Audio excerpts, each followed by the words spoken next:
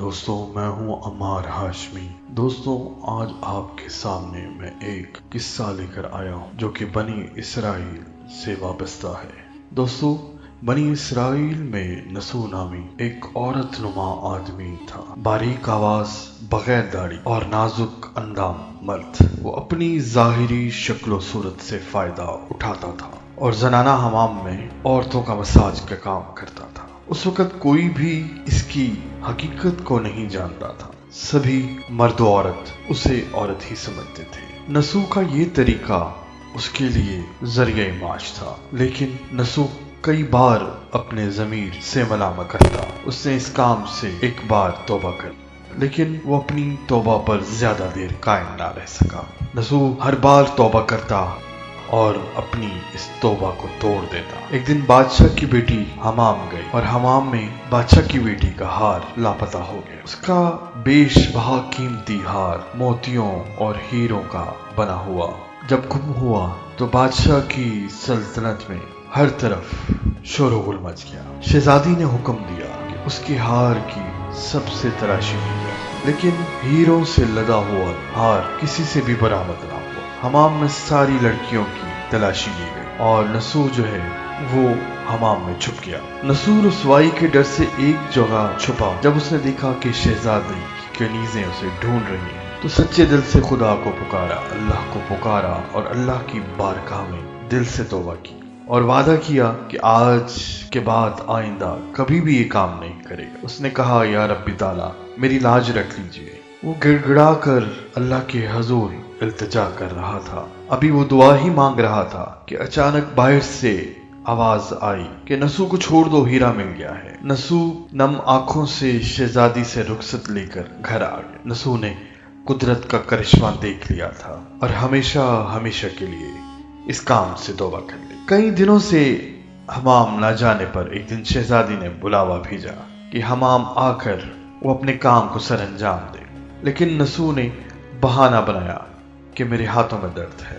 میں نہلا نہیں سکتا۔ نسو نے دیکھا کہ اس شہر میں رہنا اس کے لیے مناسب نہیں ہے۔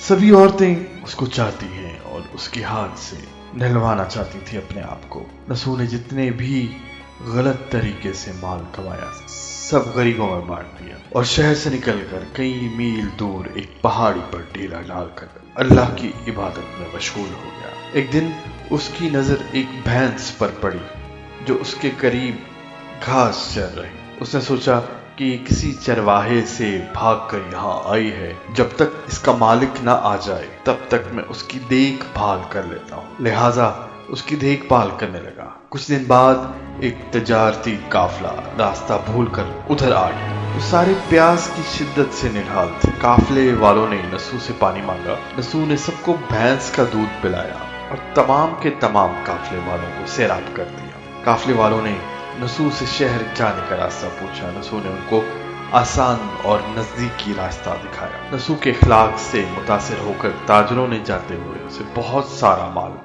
بطور تحفہ دے دیا۔ نسو نے ان پیسوں سے وہاں کنواں کھدوا دیا۔ آہستہ آہستہ وہاں لوگ بسنے لگے اور خیمے لگنے لگے۔ وہاں کے لوگ نسو کی بڑی عزت اور احترام کی نگاہ سے دیکھتے تھے۔ رفتہ رفتہ نسو کی نیکی کے چرچے بادشاہ تک جا پہنچے۔ بادشاہ کے دل میں نسو سے ملنے کا اشتیاق پیدا ہوا۔ اس نے نسو کو پیغام بھیجا کہ بادشاہ آپ سے ملنا چاہتے ہیں، مہربانی کر کے دربار تشریف لے آئیں۔ جب نسو کو بادشاہ کا پیغام ملا تو اس نے صاف انکار کر دیا اور معذرت چاہی کہ مجھے بہت سارے کام ہیں، میں آپ سے نہیں مل سکتا۔ بادشاہ کو بہت تعجب ہوا، مگر اس بے نیازی کو دیکھ کر اس کے اندر اس سے ملنے کی طلب اور بڑھ گئی۔ بادشاہ نے کہا، اگر نسو نہیں آ سکتے تو ہم اس کے پاس خود جائیں۔ جب بادشاہ نسو کے علاقے میں داخل ہوا، خدا کی طرف سے ملک الموت کو حکم ہوا کہ بادشاہ کی روح کو قبض کر لے۔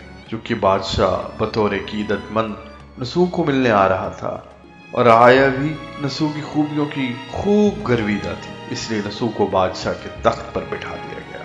نسو نے اپنے ملک میں عدل اور انصاف کا نظام قائم کیا۔ وہی شہزادی جسے عورت کا بھیس بدل کر